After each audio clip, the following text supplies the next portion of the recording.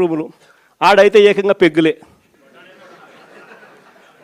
ఆడైతే ఏకంగా పెగ్గులే అంతటితో కూడా సరిపోదు అన్నట్టుగా ఏకంగా ప్రతి 4-5 బాటిళ్ళకు ఒక కల్తీ బాటిల్. గవర్నమెంట్కి మామూలుగా రావాల్సిన ఆదాయాలు రాకుండా ఎలా పక్కదావ పడతా ఉన్నాయో చూడండి. ఇసుకేమో మన హయాంలో సంవత్సరానికి 750 కోట్లు ఇసుకలో గవర్నమెంట్కి ఆదాయం వచ్చేది. 5 ఏళ్ళు కలిపి దాదాపుగా 3500 కోట్లు రాష్ట్ర ప్రభుత్వానికి ఆదాయం వచ్చేది ఇసుకలో. ఈరోజు ఇసుక అనేది ఫ్రీ అంటారు.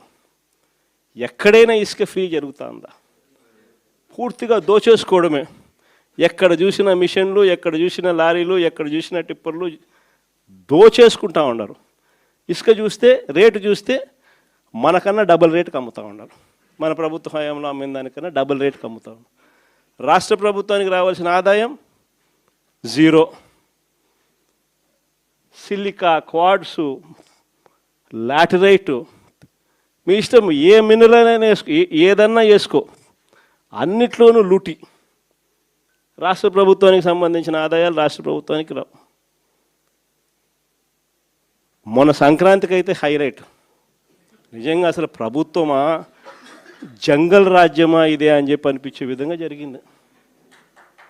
నిజంగా జంగల్ రాజ్యం అనేది మామూలుగా ఇప్పుడు చూసిండం మనం.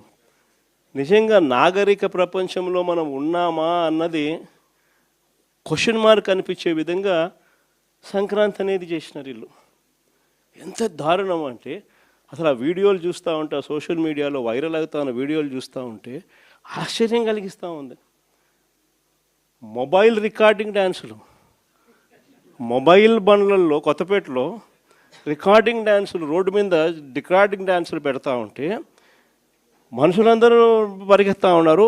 పాటలు చూస్తే తాగురా తాగి చిందేయరా అని. రికార్డింగ్ డ్యాన్సులు, దారుణమైన స్థాయిలో రికార్డింగ్ డ్యాన్సులు. మొబైల్ లిక్కర్, మొబైల్ వ్యాన్లలో ఏకంగా లిక్కర్, మొబైల్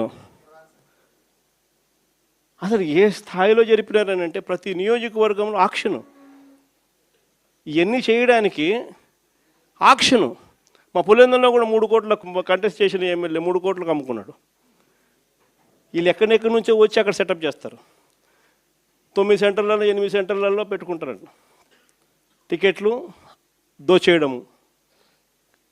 ఆశ్చర్యం ఏంటంటే ప్రభుత్వం దగ్గర నుండి చేయిస్తుంది. ఎమ్మెల్యేలకింత, చంద్రబాబుకింత, లోకేష్కింత, అందరూ పంచుకోవడం, పోలీసులకింత.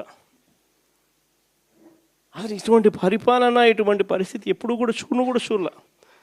ఏ స్థాయిలోకి వెళ్ళిపోయిందనంటే ఈ జంగల్ రాజ్యం అనేది నిజంగా అనుకుంటేనే ఆశ్చర్యం కలిగించే విషయం. ఓ డిఎస్పీ అనేవాడు మైక్ పట్టుకుంటాడు, యూనిఫామ్లో ఉన్నాడు, మైక్ పట్టుకున్నాడు, ఊపేయి కుదిపేయి అంటాడు. డిఎస్పీనా అసలు ఇది ఏం మనిషి వేయడని చెప్పి అర్థం కావడం అసలు. అంటే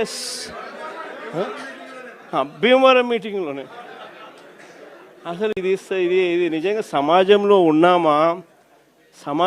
ఉన్నామా లేమా, అసలు ఏం జరుగుతూ ఉంది? జంగల్ రాజ్యం అంటే ఇది కాకపోతే ఇంక ఏ రాజ్యం ఇది అని చెప్పి ఆశ్చర్యం కలిగించే విషయాలు.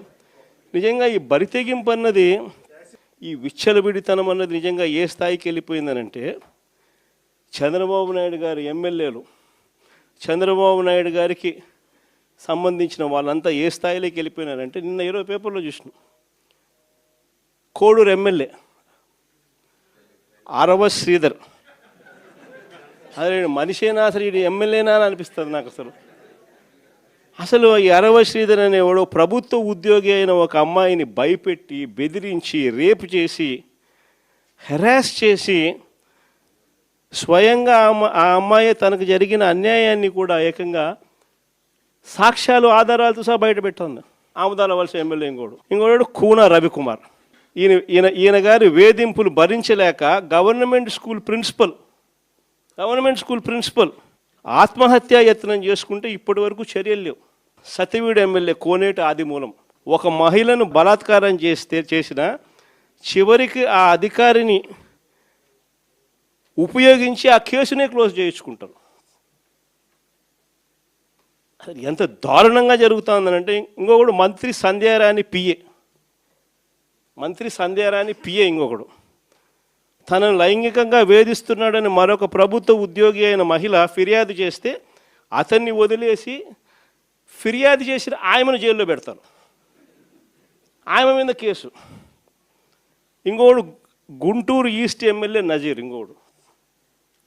ఈ మనిషి అశ్లీల వీడియోలు కూడా ఆయనతో మాట్లాడుతున్నాడు, వీడు అశ్లీల వీడియోలు చూస్తూ ఉన్నాడు, వీడు అశ్లీలంగా చేస్తూ. అసలు వీళ్ళు ఎవడు అసలు ఏ ప్రపంచంలో ఉన్న. ఇంకోడు మంత్రి సుభాష్, వాసంశెట్టి సుభాష్ ఇంకొకడు. ఏకంగా అశ్లీల డ్యాన్సులు చేస్తూ ఏకంగా చిందులేస్తానంటారు. అశ్లీల డ్యాన్సులు చేస్తూ ఏకంగా స్టేజ్ ఎక్కి చిందులేస్తాడు మంత్రి.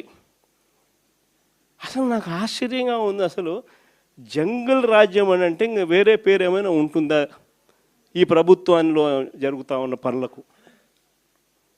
అసలు ఈ స్టేజ్లోకి ఒక ప్రభుత్వం పోవడం ఏంది?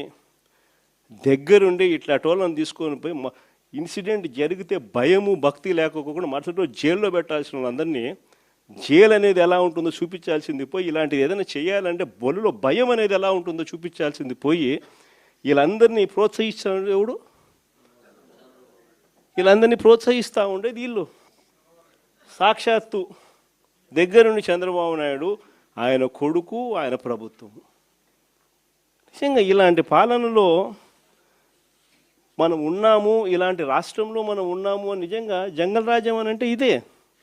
విచ్చలవిడి అవినీతి కనిపిస్తూ ఉంది. ఎమ్మెల్యేల దగ్గర నుంచి మంత్రుల దగ్గర నుంచి విచ్చలవిడితనం కనిపిస్తూ ఉంది. విపరీతమైన కరప్షను, పోలీసులు రెడ్ బుక్ రాజ్యాంగం. ఏ మనిషి తప్పు చేయకపోయినా కానీ దొంగ సాక్ష్యాలు, దొంగ కేసులు పెట్టి బెదిరిస్తూ ఉన్నారు, తీసుకొని పోతున్నారు, అరెస్టులు చేస్తూ ఉన్నారు. ఒకవైపున ఇవన్నీ, మరోవైపు చూస్తే ఎన్నికలప్పుడు చెప్పినటువన్నీ అబద్ధాలు, అన్నీ మోసాలు. మరోవైపున మంచి పథకాలన్నీ రద్దు. ఇంకోవైపు చూస్తే వ్యవస్థలన్నీ కొలాప్స్. ఈ మాదిరిగా సాగుతూ ఉంది చంద్రబాబు నాయుడు పాలన. ఇలాంటి దుర్మార్గమైన పాలన మధ్య వైఎస్ఆర్సీపీ కార్యకర్తలు ప్రజల తరపున నిలబడే ఒక గొప్ప యజ్ఞం చేస్తూ ఉన్నారని చెప్పి గర్వంగా చెప్తాను. ఇలాంటి పాలన మధ్య ప్రజలకు నిజంగా వైఎస్ఆర్సీపీ పార్టీ అవసరం ఉంది. ప్రతి కష్టంలోనూ మనకు ప్రజలకు తోడుగా ఉండాల్సిన ధర్మం మన మీద ఉంది.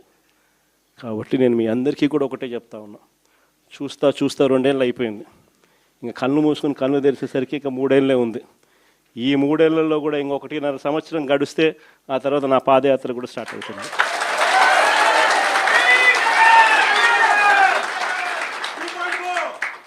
ఒకసారి నా పాదయాత్ర కూడా స్టార్ట్ అయిందంటే ఆ తర్వాత మరో 1.5 సంవత్సరం పూర్తిగా ఇంకా ప్రజల్లోనే దాదాపుగా 150 నియోజకవర్గాల పైచిలకే తిరుగుతాం, ప్రజల్లోనే ఉంటాం.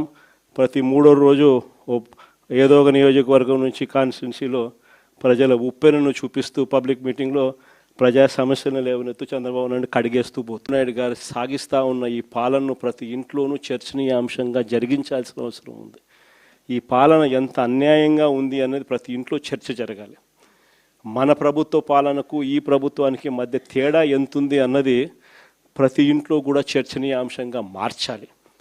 అలా మారుస్తూ మనం ప్రతి గ్రామంలోనూ మన అనుబంధ విభాగాలు ఏదైతే మనం వేసుకుంటూ పోతున్నామో వాటి మీద పూర్తి ధ్యాస పెట్టండి.